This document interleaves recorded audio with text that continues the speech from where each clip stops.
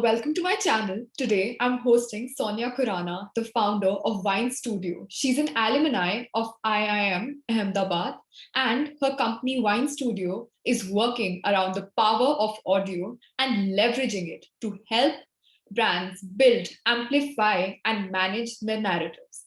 Wine is currently valued at 20 crores after a pre-seed round of 2 crores. So, welcome to my channel, Sonia. Thank you so much. I'm very, very glad to be here, Sejal, and look forward to the conversation today. And I must say that you've done a bit of research and you do have your facts right. Right. So, Sonia, before we start discussing wine studios, can you please give us some background about yourself? Well, yes, of course. So, about myself, I think background can be how brief should I keep it? I do not know. But, let me start with my love and hate relationship with failure, because that's where I think I really resonate with. And I think that's been a very important and significant part of my life journey and where I am right now. So I love saying that, failure is something that really teaches you so much that there's nothing else that anything else can teach you.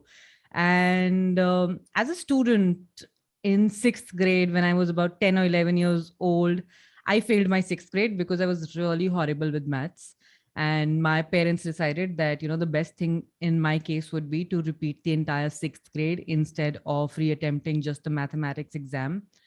And that's when a lot of fears, lot of disempowering beliefs started stemming up in my life, which became a very significant part of my life until my first entrepreneurial stint, which was back in 2016 when I started Karigar Connect. So I constantly had this nudge of self doubt, the fact that I'm not enough, the fact that, you know, nahi ho payega, the fact that you were bad with mathematics, how would you really handle the maths and the accounts and everything that's involved in having your startup running successfully? And all of that only faded when I really met the right mentors and the right people in my life. And I started ensuring that my proximity is carefully chosen by me, not anybody and everybody is a part of my proximity. So that kind of started making that shift. And when people often ask me, what is it that you think are the mistakes that you've done?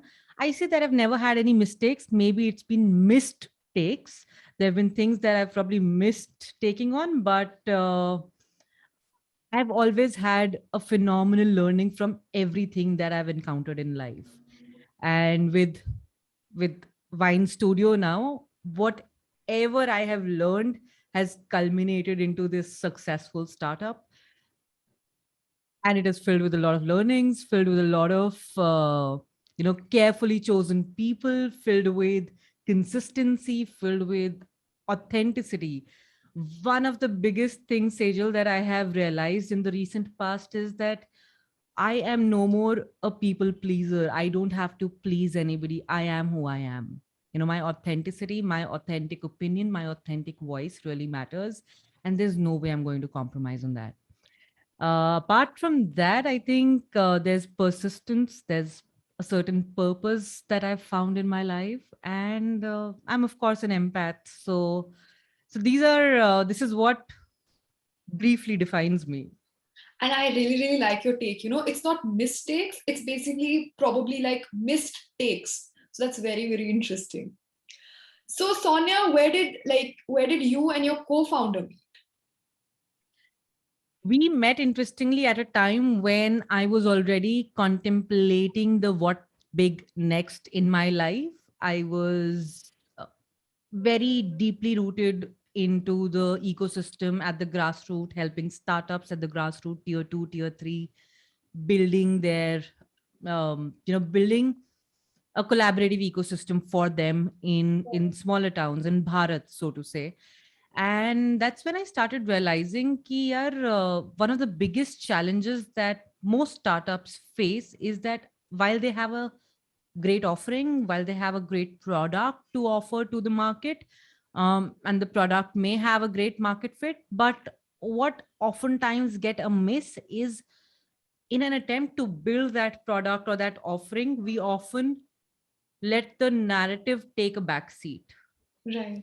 And while I was contemplating that, I thought that, maybe I possibly can do something in the content space for businesses, for startups.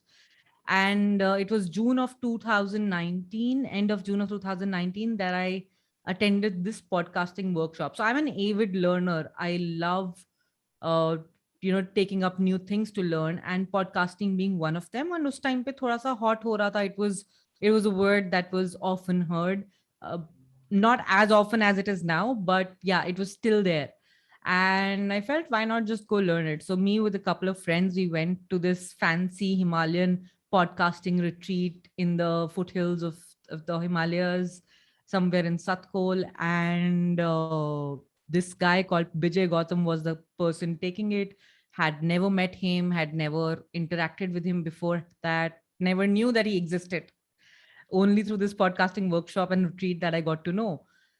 And third day of that retreat, which was a 3-day retreat, culminated into a 45-minute conversation between me and him, where we just discussed what are we up to. And I was just talking to him that, this is what I'm planning, something in the content space. Do you think that you want to, possibly join hands, and you think that it makes sense to make podcasting and audio content a pillar, so to say? And that's how that conversation concluded. And it was September 2019 when we registered our company.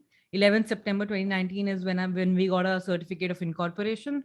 So yeah, that's what led to this journey taking its initiation.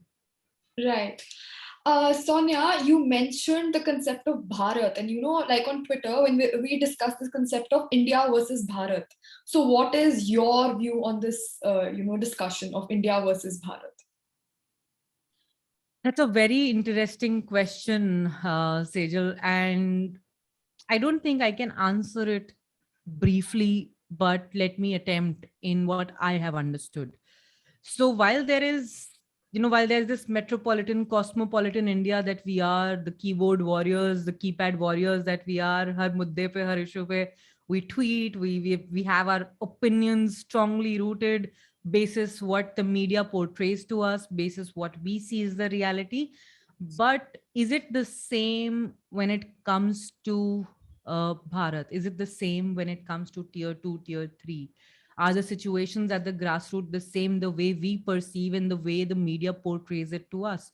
Not really. And even the same is the case when it comes to, let me narrow the lens down to, or maybe let me use the magnifying glass of the startup ecosystem, because that's what the context here is. With a startup ecosystem, the kind of access and the kind of resources that are available at our behest in a tier 1 city or in a cosmopolitan is not the same as what a tier 2, tier 3 or a tier 4 city has. Right. One of the biggest challenges that they often face is कि startup तो उनके लिए भी इस time पे, it's a word which is very fancy for them. Everybody wants to attempt their hands at becoming a startup founder. And most of the times they're taken for a ride by a lot of people who happen to be these pseudo mentors, these people who want to mentor them, try to take retainers and try to, become consultants to them. And they often get fooled, which is a sad reality. But that is the sad reality and a reality of tier 2, tier 3 cities. However, the kind of innovation that exists, because they think frugally and they think at a very grassroots level. I have seen innovations in these cities which are very basic for us, but it is innovations for them nonetheless. And they do it with such simplicity. They do it with so much humility that it is it is sad that we in cosmopolitans in cities like Delhi, Bombay are not able to understand कि यार जमीन पे पाँव रख के भी आप startup founder बन सकते हो. That you can still be rooted and you can still do a lot of impact on ground. And that's where I find a lot of authenticity in Bharat. But in India, so to say, which is the metropolitan, the cosmopolitan, the urban millennials, I see a lack of that authenticity. I see everybody wants to emulate somebody, everybody wants to be somebody else, everybody wants to be part of the, wants a paparazzi behind them. But that's not how impact is created. So that's mota mota it, but there's a lot more. Right. And I think, you're talking about frugal innovation, and the best way to describe, there's a very beautiful word to describe it, and it's called jugaad, in a way. Yes, it is. It is. So Sonia, your startup is it's built around the concept of voice and audio content. So why are you and your co-founder so bullish on the voice space? Because it is non-intrusive, Sejal. The beauty of voice, of audio, is its non-intrusiveness. And think about it. Radio has forever existed. The tradition of passing stories down word of mouth has forever existed. So we are already conditioned to listen well while doing so many other things. It's just that podcast is a word which resonates with the urban millennial, with the young, with the Gen Z, but has it not always existed? Now, with it going on demand, it only makes it better because now you have the power to choose. You, as a consumer, have the power to choose what you want to listen to, subscribe to, follow, and what is the kind of content you resonate to. You're not being you're not being basically put through a broadcast and not having the option to move forward or choose the pace of your listening. You have the freedom and the liberty to choose the way you want to listen. So that is so empowering to the end user, to the consumer, to the audience, to the listener, that it only will continue to explode. The only thing that possibly remains a challenge that every platform is now trying to cater to or solve is the discoverability of this content and to make it relatable to the masses. Because with podcast as a word, possibly it is still not relatable as a word. And that's what every platform now is trying to attempt and solve. So there are platforms like Avaz, there's JioSavan, there's Ghana. Now music as a category is heavily populated and there's no distinction. The same songs that you can hear on Ghana you can also hear on Spotify. The same songs that you can hear on Apple you can hear on JioSavan. So for the end consumer or the audience, why should I come to just Spotify? Music के लिए तो of course I am not just coming to Spotify I can go to any other जहाँ पे आज मेरा मन है आज मेरे को जहाँ से पॉपअप आया नोटिफिकेशन आया पुश नोटिफिकेशन आया I go to that platform if I have it on my app, if the app exists on my phone. But with non-music content, it brings exclusivity. And non-music, when I say it, is the audio shows, the podcasts, which we produce and so many other people in this space produce. So that has exclusivity. And if there is resonance with the audience, if they like it, they come back to it and they stick onto the platform for a longer time. The metrics like which is basically daily average usage, the monthly average usage on the platforms increase if there is non-music content, and that's what everybody wants. The third thing here is, interestingly, if you see now, is most of the YouTube creators are now also looking at, and even Bollywood, so to say, is looking at audio as a medium because it is theater of the mind. Everybody pictures that piece of content in their own way. And theater of the mind can be so magical.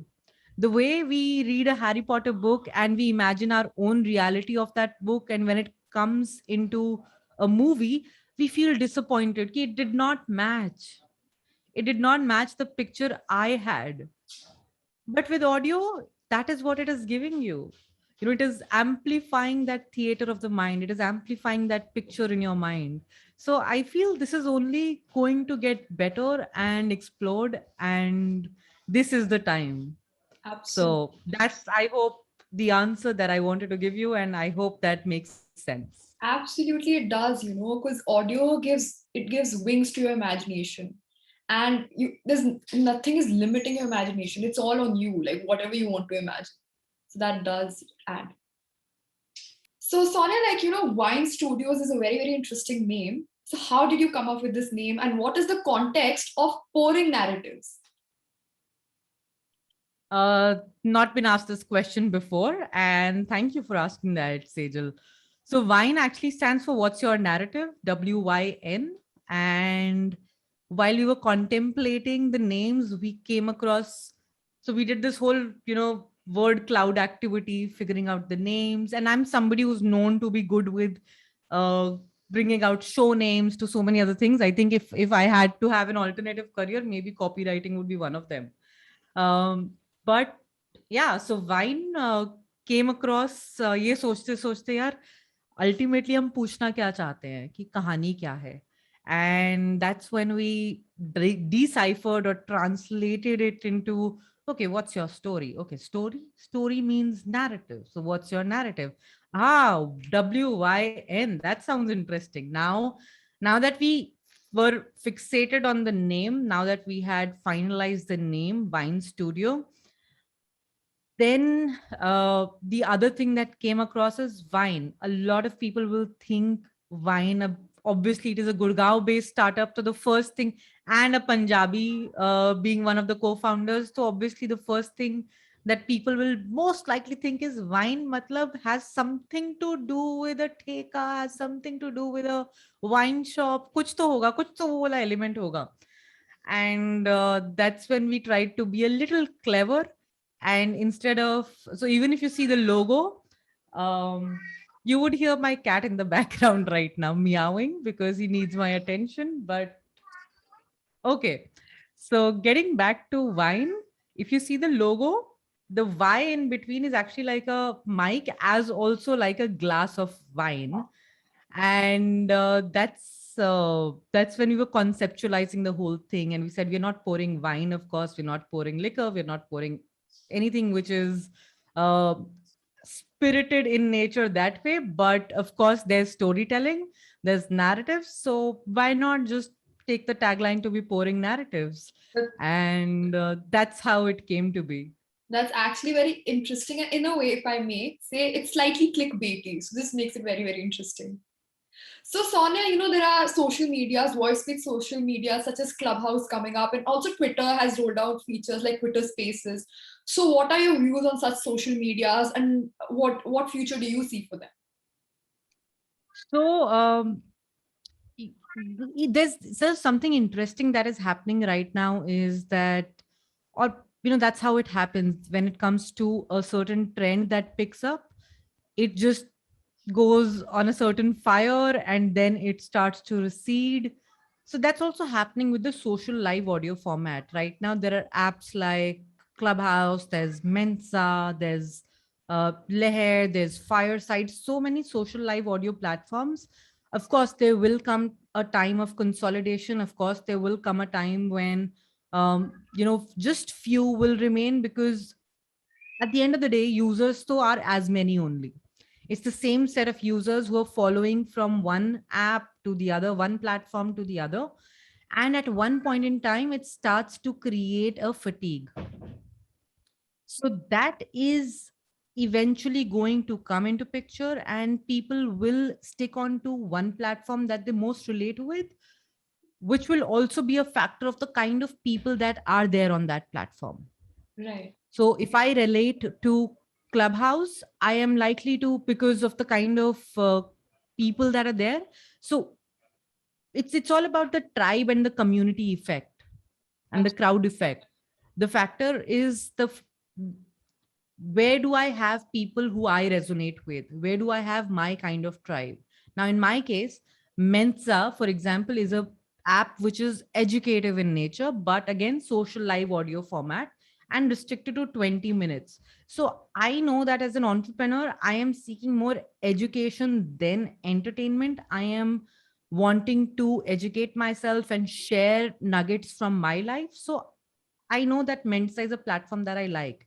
Also, it allows me to just be there for 20 minutes. So it has a certain time limit. It doesn't go on for hours like Clubhouse. And when I went on to Clubhouse, because it was the time when lockdown was at its peak, it was exclusive. Now I see that it is no more exclusive a place, and I see all kind of conversations happening. And I see that people who I used to connect well with, who I have never met in my life, are no longer flocking that platform. So I have stopped flocking Clubhouse. It has stopped creating value for me. Ultimate goal of any platform, of any app, is value creation. If it is creating value, it will continue to stick, it will continue to stay. It will be the last man or woman standing, or the last app standing, if I may. And yes, eventually I think that one will come under the other. There will be consolidation, there will be apps merging wherever they see that there is a strength possibility of bringing multiple strengths to the table. Of course there will be consolidation, and I would assume it will be 2 years down, but not too soon. Right now I think it's a time when social audio is hot. There will be more apps coming in, and everybody has a fair share of the pie. So that's how I see it. Absolutely. And I think voice-based apps, applications, even they offer a sense of comfort. The reason I say this is because when I'm in my room, the first thing I say is Alexa, do this. Alexa, do that. And when I'm probably visiting my relatives and there's no Alexa in the room, I just continuously say Alexa, Alexa, and then I realize, oh, there's no Alexa. So there's a sense of comfort voice offers. And interestingly, Sejal, it is not just our generation that has started to leverage the power of audio. I see my parents, like my dad, who's 75 plus, him speaking to my Apple HomePod. He'll be like, "Hey Siri, play this. Hey Siri, do this." And there are sometimes very funny conversations that my dad and Siri ends up having, and I record them. But even they are liking the comfort and the convenience of audio. The fact that you have something at your behest which can help solve a certain problem, whether it is smart home, whether it is just entertainment, so to say. But there's so much comfort and convenience with audio and not being glued to a screen. Right. Sonia, I mentioned that wine helps, brands build narratives. But if we dive deeper into the startup, so how does the startup work around building narratives, and how are you helping brands, leverage the power of audio, and at the end of the day, building like a stronger distribution network? Uh, Thank you for asking that, Sejal, again, because one thing that we have identified, and a lot of reports would back this, a lot of industry reports would back this, is audio has, not only is it non-intrusive, but because it is non-intrusive, the stickiness or the retention to that piece of content is longer.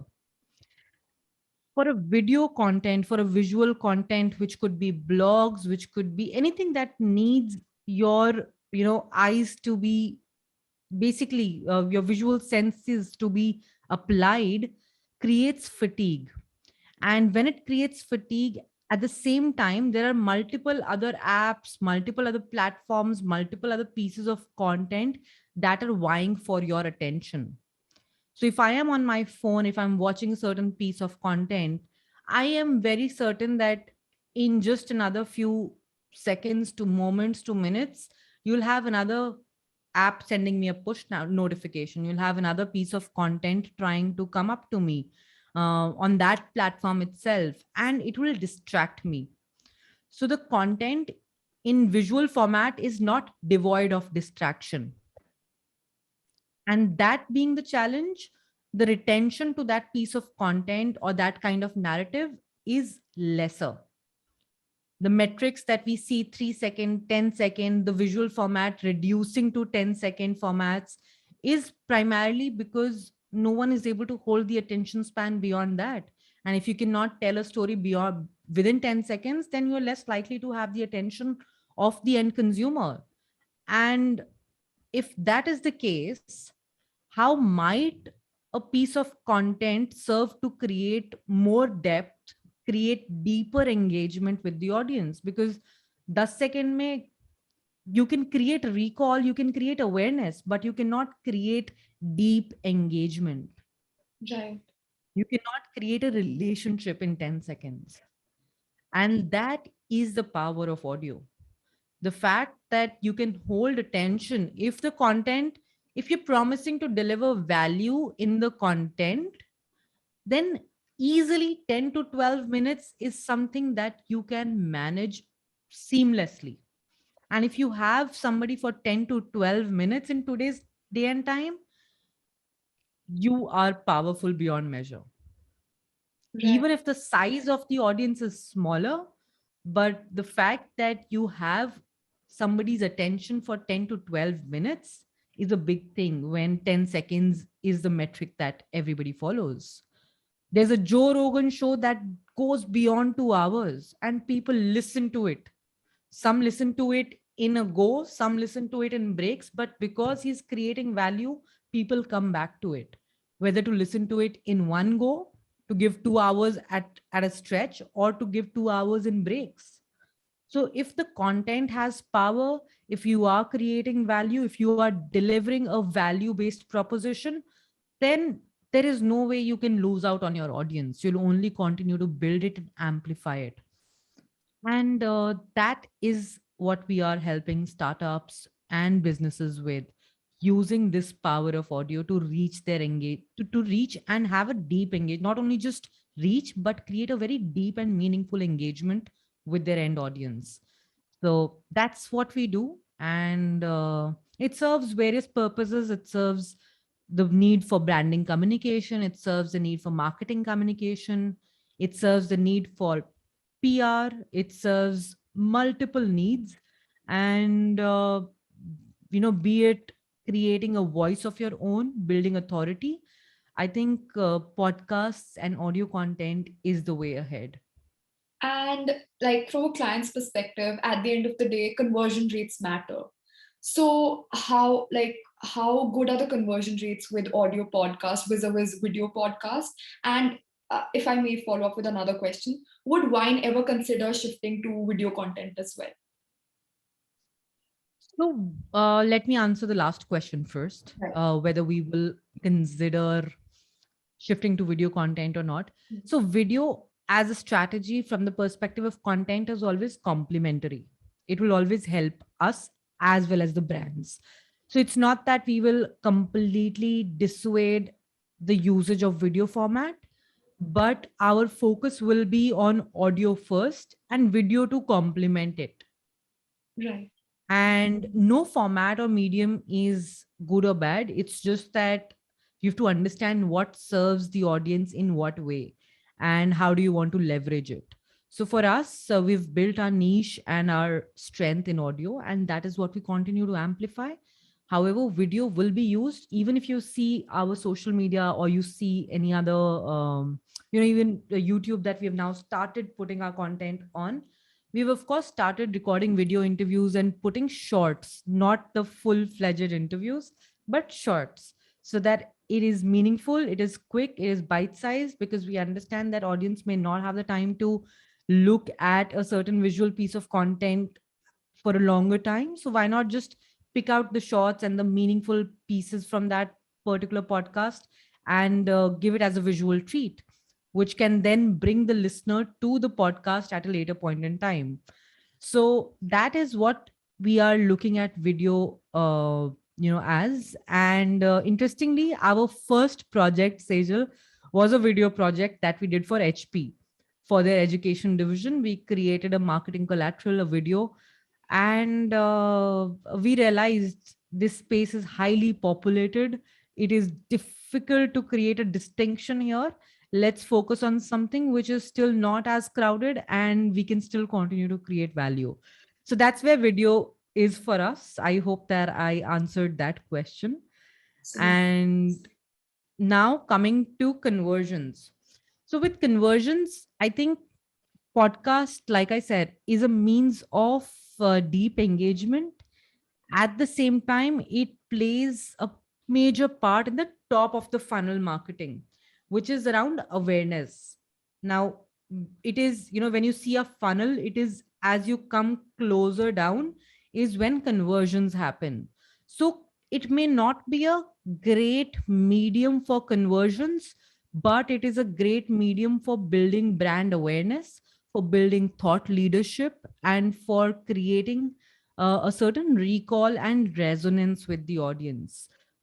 It is not a great means, or when it comes to when it comes to conversions, what you look at are the conversion rates, right? Now, as a part of the funnel, the bigger the funnel, the bigger the conversion rate.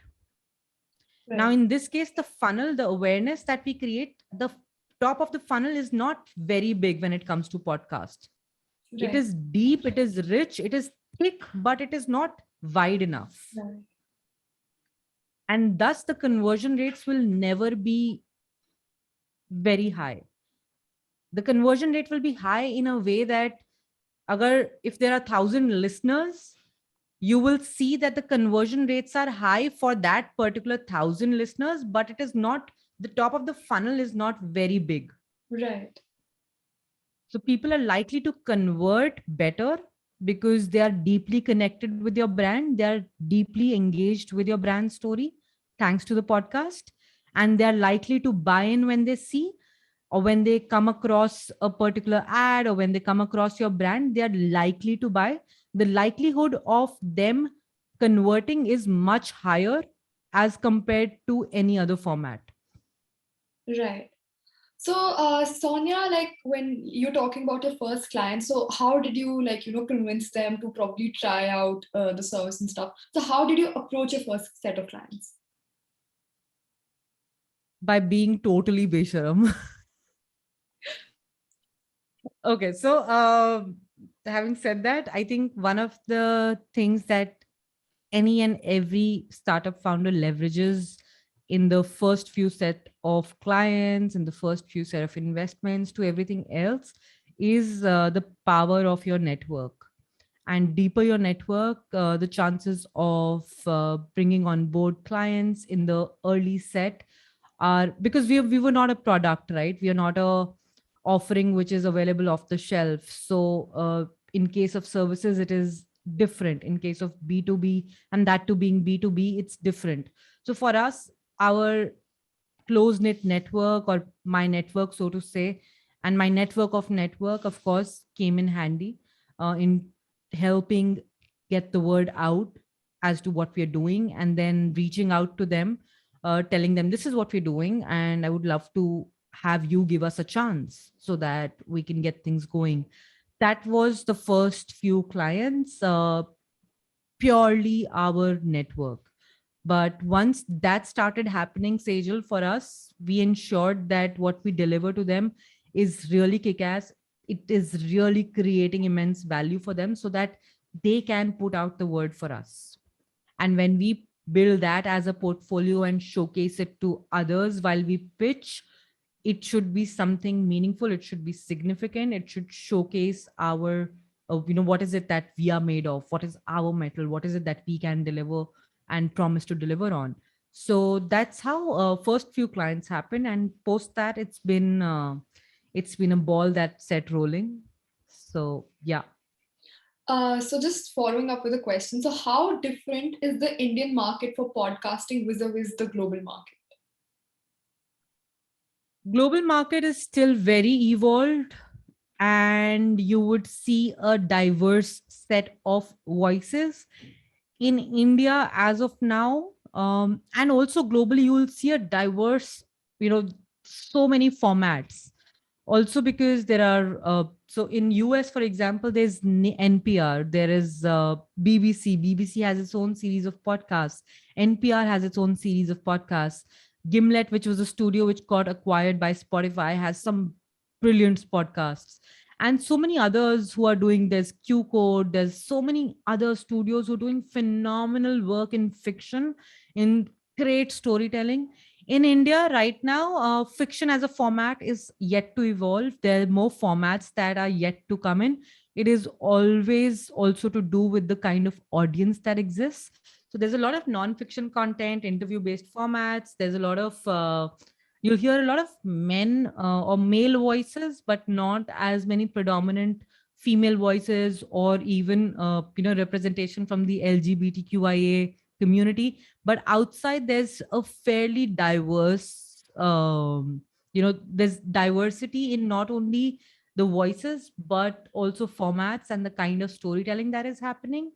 So that has to do with the audience being evolved. So once the audience also evolves here, because there are different formats that are getting explored in other mediums, which includes video, so that's when audio will also start to step up and evolve. And for us, interestingly, Sejal, our one of our experiments was early on with a show called Heirs of the Pandavas. So, which is this contemporary mythology fiction show, which has sound design that I equate to or call as a Sanjay Leela Bansali production in audio. That is the kind of sound design it has.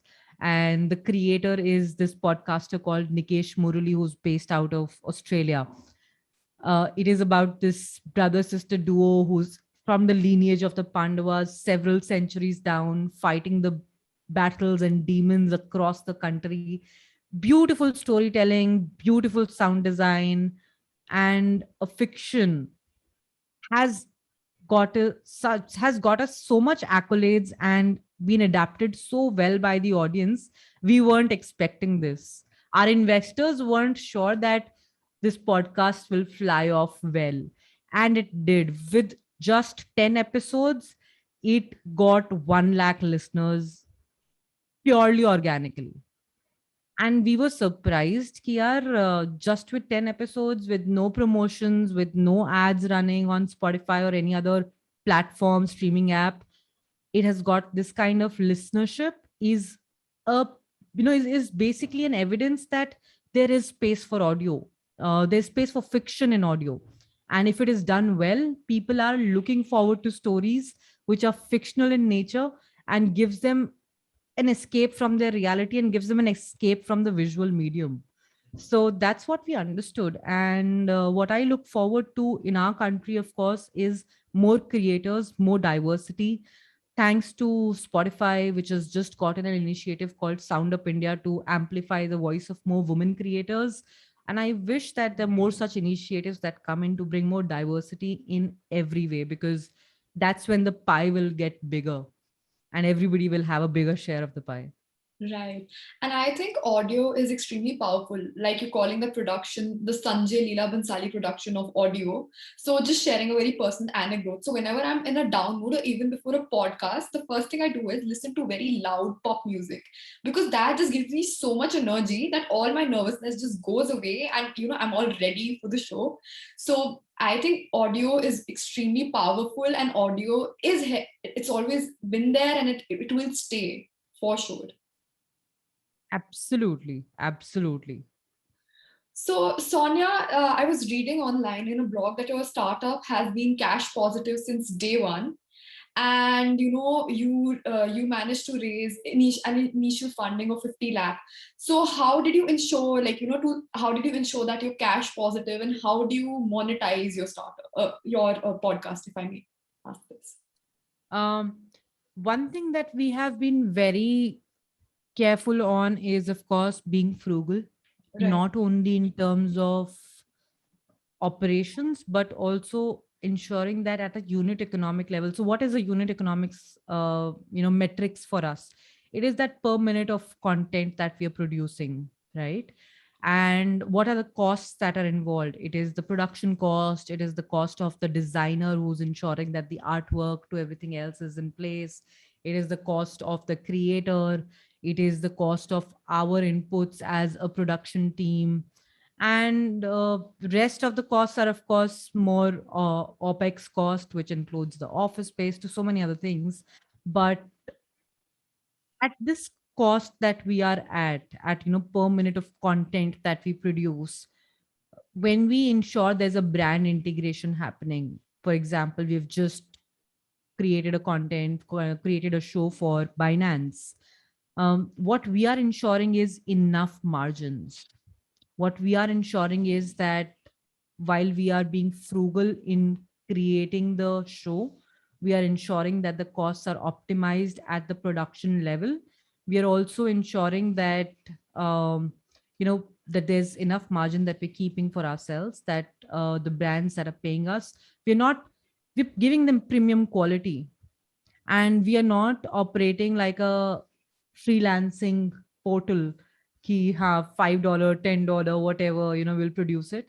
We are giving them a promise of ensuring that we're delivering on the promise of quality, of creating that deep engagement that we talk about. And for that, what we are charging is something that brands also understand that is absolutely fair. And beyond that, I think what we have also ensured is not going at a not creating a model where we are just acquiring shows left, right, and center, creating any and every show with anybody and everybody just for the sake of having more shows in the kitty. We are very choosy with the kind of shows that we want to do. Not any and every idea or a pitch goes through with us. If only it makes sense for us to create, and if only we see a potential in a brand collaboration, there is when we take it up. Or if we see that a platform will be interested in acquiring it, is when we take it. So if we see a possibility of monetization, is when we work on that piece of content, unless it is something that is a show that we really want to co-create with the creator. Right.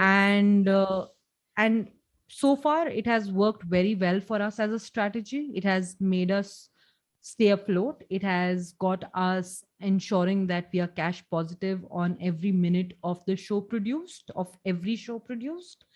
And so far so good. Right.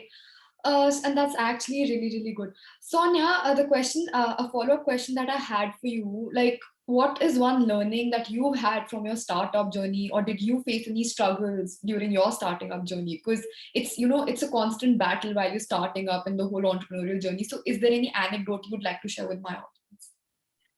Many. Sorry.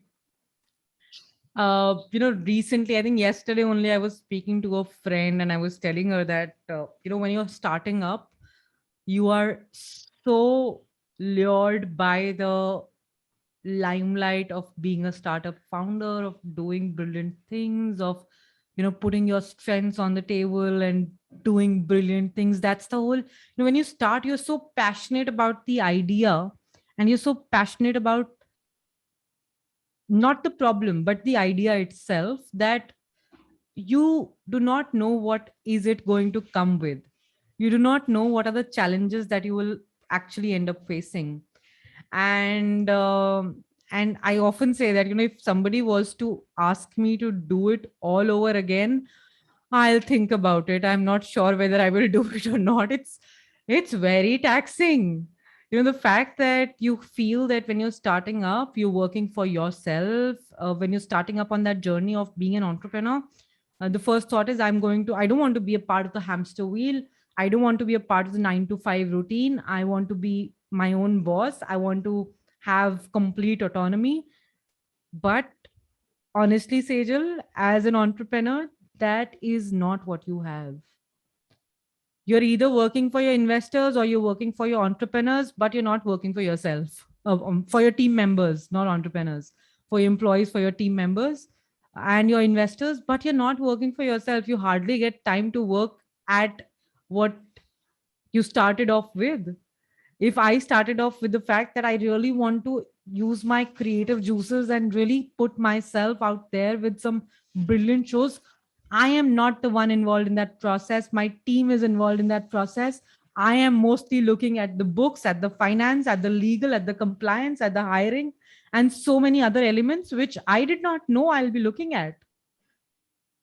Right. And nobody tells you that. Nobody tells you about the grunt work, about the effort, about the kind of perseverance that is required to stay at it. But because I realized that, okay, never mind if I am not the one doing it, I am not the one who is putting my creative juices on the table, it's all right. But at least what I set out to do, which is building these brand narratives and ensuring these stories go out and create the impact that they must, that is still happening. And I am ensuring that by keeping my finances, my administrative stuff, my hiring, everything, and my legal and compliances in check, everything else is moving seamlessly. Because if none of this is being taken care of, then everything else goes for a toss. So that awareness, I think, eventually comes up. Eventually, as an entrepreneur, you also evolve. I have evolved as an entrepreneur. The person that I was 2.5 years back is not the person I am. And I am glad. That is what I was just sharing with a friend yesterday night, that, okay, you know what? I just want to rant and vent out for 30 seconds. Just listen to me. I know I don't mean this in a negative way, but I just want to let go, because nobody tells you what you're supposed to do as an entrepreneur. Nobody, no mentor, no coach, nobody tells you all the grunt work that will be required to put in to get the wheel moving. So I just vented out, I just ranted out, and then I was like, now I feel good, now I feel I'm back in place. Right, absolutely. And sometimes those rant sessions are very, very important. And having those friends where you can vent out it's a blessing, to be very honest. Absolutely. Right. So Sonia, what are your views on the creator economy and how can individuals use the power of podcast to probably build a strong distribution network and probably use it as a network for themselves? Okay, so there's been very interesting debate that has been going on in the whole creator economy space, that are you a creator or are you an artist? And is everybody a creator? Is every influencer a creator? Are you an influencer? Are you a creator? Are you an artist? So some very interesting conversations that keep on happening. I won't get into that, but you talk about the potential that it holds.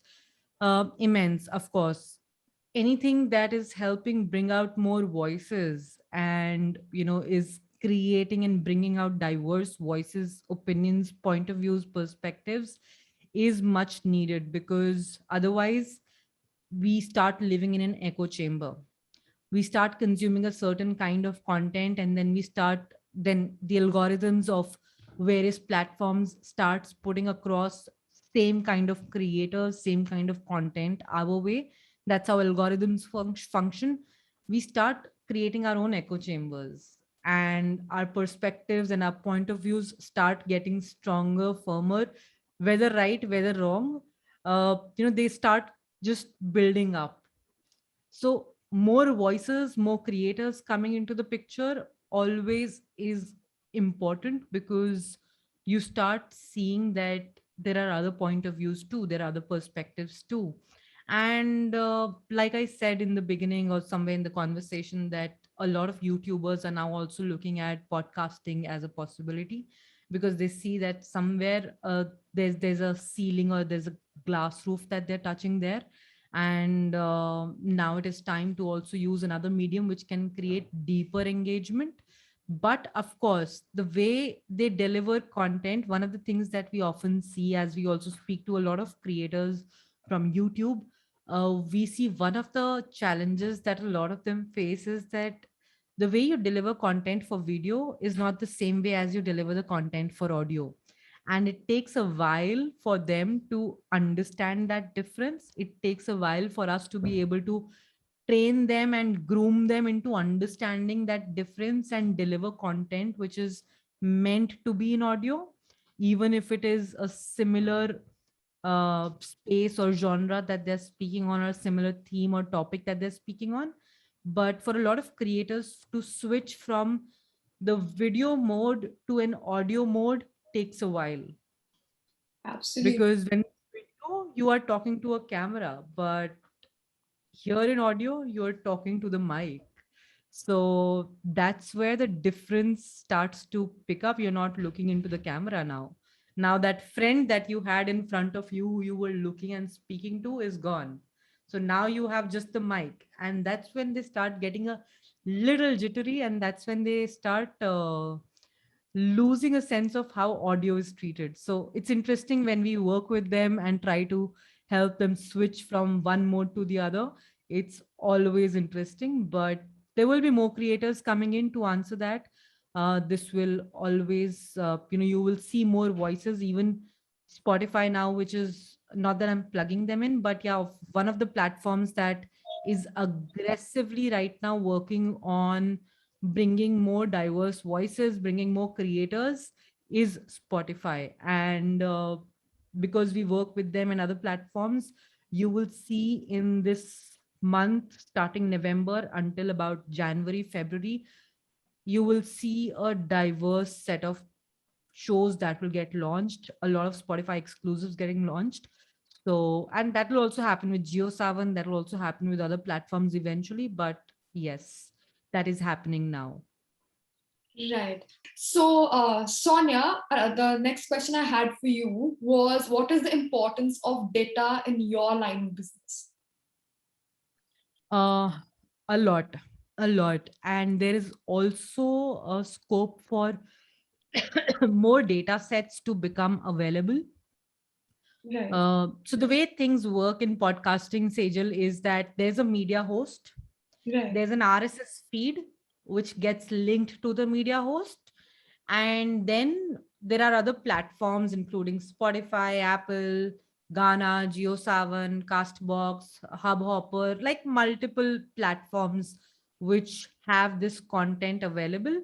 And these are all linked. The RSS feed is linked to all these channels. Right. So we put our show on the media host, and from there, through the RSS feed, it gets distributed to these platforms. That's how the logistics or the route functions. Now, what happens is that because nobody knew that non-music category will become so big, so nobody created those kind of analytics or dashboard. Nobody created these platforms keeping in mind this kind of consumption. Right. Nobody was maybe that futuristic enough. So the kind of analytics, the data that we get is still limited.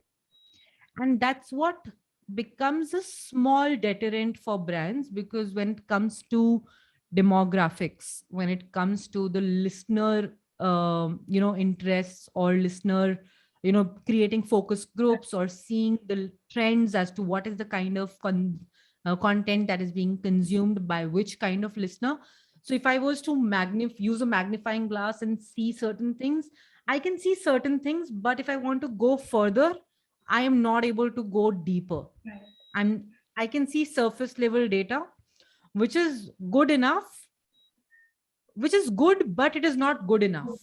Let me put it that way. So platforms and these media hosts are now working on creating more data points so that the market can get bigger, so that there can be more interest from the perspective of advertisements, from the perspective of brand collaborations and integrations. Because once there's more data, that's when brands are also likely to put in their money, because Right. they want to know who are they putting their money for, what is it that they will get out of it, what's in it for them. So data plays a very important role for us to, one, understand what is the listener, what we are creating, is that something that the listener really wants or not. And if the listener does not want that, then what is it that the listener wants, and how must we cater to that. So if we are able to answer all these three, then we are able to do justice not only to the listener, but also to the brand we reach out to for any kind of sponsorship, ad revenues, or collaboration. Because uh, unless these questions are answered, there's no reason why anybody would put in their money. So, Sonia, what's next, and where do you see studio leading in the next 5 years? Yes. So for us at Wine Studio, I think exciting things are coming up. We are looking at more creators, more formats that we are exploring.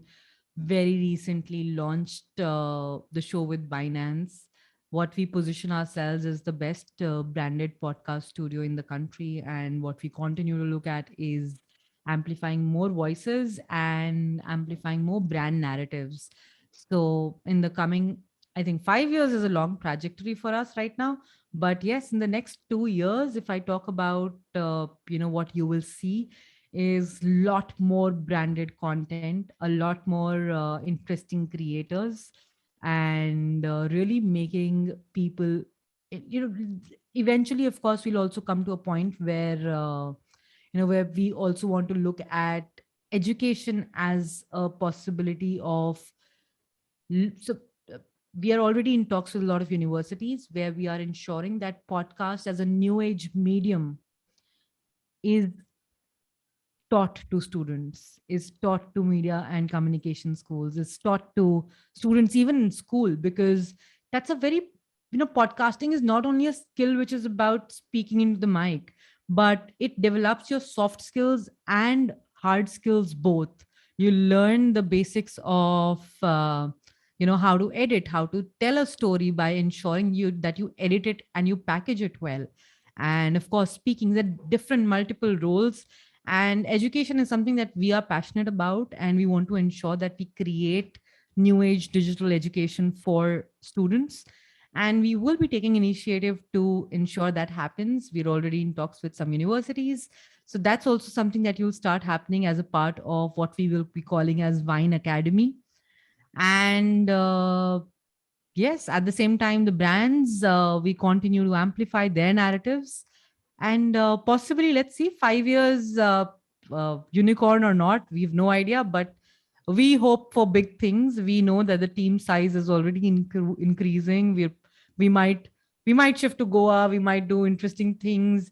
So we keep on contemplating on various thoughts that, let's have an office in Goa, let's do this, let's do that. But yeah, I think right now we're very fluid in terms of what is logistically happening. But the way we position ourselves is to ensure that we are the best branded podcast studio, and that is already happening. There isn't any other studio in the country which is working as closely with brands as we are. So we take, I wouldn't say we take pride in that, but we're very happy to be doing that, to be holding that kind of a distinction and trust with brands, and want to continue doing that. So that's where we are headed. That's actually very, very interesting. And hopefully, a wine turns into a unicorn. We're looking forward to that. So, Sonia, I've been seeing a pile of books behind you. So, what's your current read? My current read is not here with me right now. Otherwise, I would have shown it to you. It is The Gifts of Imperfection by Brené Brown that I'm reading right now. And I end up reading multiple books at the same time, which is a problem because then both the books those books take a lot of time in getting done. But the book that I read much just before this was Psychology of Money, uh, and right now I'm reading that. And there's another book that I also have by my bedside called Everything is Figure Outable. I'm forgetting the name of the author, but yes, I have. So this is my wall stack of books. Outside, there's another shelf that is full of books, just like the one that you have behind you. Of course, those are all uh, books for legal professionals that you have behind you, mostly, I see. But yeah, I am an avid book reader, as much as I'm an avid podcast listener. And when I'm driving, I end up listening to audiobooks. When I am at home early morning, I ensure that when I wake up, the first thing that I do is I journal, then I read a book for about 15-20 minutes, and then I start with the rest of my day. Right. And I myself am a very, very avid reader. And whenever you get time, and if you're free on a Saturday morning, every Saturday morning, 11 a.m., I'm posting Atomic Habits on Twitter. So we do one chapter every week with my Twitter community. So we'd love to have you someday. Would love to be there. I have very recently made the purchase for Atomic Habits. I think very recently, just as recent as last week. So absolutely would love to be a part of the Twitter spaces that you're running. So, before we conclude today's show, Sonia, what's one message you would like to give my audience? I love to, um, say one thing to everybody as a concluding message when I'm talking or when I'm sharing bites is wear your cape. And cape is something that I have created as an acronym for consistency, authenticity, purpose and persistence, and empathy. And as long as these four things are there in your life, I think whatever you're doing, whatever you set out to achieve, becomes seamless. I wouldn't say becomes seamless, but becomes more achievable than not. So that's what I love saying, that if you're consistent in whatever you're doing, if you're authentic, you're not trying to be somebody else, and if you have to say no, say no, if you have to say yes, but do it with authenticity. Have a purpose and align whatever you're doing. Find how what you're doing relates to your and resonates with your purpose. Because like I shared, Sejal, that when I started seeing that I'm doing a lot of administrative, financial, legal, compliance related work, it started to trigger me off that I am not doing what I'm supposed to do, what I wanted to do. But then I started relating how it aligns with my purpose. How I still want to tell stories, and I'm still doing it as an entity under Wine. I'm still doing it, but I am making it seamless by ensuring these other things are taken care of, who nobody else, which nobody else can take care of. I'm taking care of that. So I'm still ensuring that the wheel is rolling, that stories are still coming out. So find how, it is not necessary that what you're doing is what your purpose will be, but what you're doing, how it aligns with your purpose, finding that helps helps you understand that there are ways to not dishearten yourself. There are ways that you can still enjoy the journey and trust the process. And being persistent, perseverance and persistence, I think, are the key to ensuring that, um, when you do not give up, when you do not give up, it's like, imagine that you start climbing a mountain, and you give up just before you were to reach the peak and see that beautiful dawn breaking. Imagine you give up just before that. How would it be? It'll be So disheartening. if you're persistent and if you do not give up, theek hai yaar, just be at it, and find the right set of people in proximity in your life which can ensure that you're persistent. Find the right set of mentors who can ensure that you're persistent and you're persevering. And of course, empathy goes a long way. I am a big empath. It has posed a lot of challenges for me, but at the same time, I think it is a very beautiful quality to have in a human being. And more so now that we're not living in a time where conversations or businesses just B2B or B2C. The conversation is more around human to human. Design of products and things is becoming more human centric. That's where design thinking comes into play.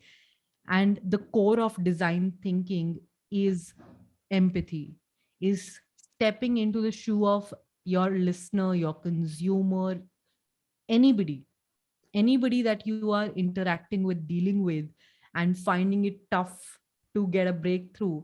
Just try to step into their shoe and you will see what they are seeing. And when you are able to see what they are seeing and what they are feeling, that's when you have a power, when you have a superpower, and you know how to, that's when you start understanding that how do I deal with the situation better. So empathy is a brilliant quality, and if that is something that you can develop, it will serve you for a very, very, very long time. So yes, wear your cape. That's my last message, and I do hope that it will stick with your listeners of your channel, Sejal. And I do hope that I created value. Absolutely. And I'm going to remember this acronym CAPE, and I'm going to keep it in mind for my further journey as well. So, one Thank you. Once again, thank you so much for joining in. I'm glad I did. And the bright person that you are, the persona that you have, Sejal, I know there's so many lives that you're impacting, and there's so many people that you're creating an aspiration for. So stay at it, continue at that journey. And I know that there's so many other young students and youngsters who I know will get inspired phenomenally by you and get motivated to do so much better in their lives. So, yes, I'm really looking out for you, and I'm really going to look at what you are going to do next. Thank you so much. And that's so kind of you to say that.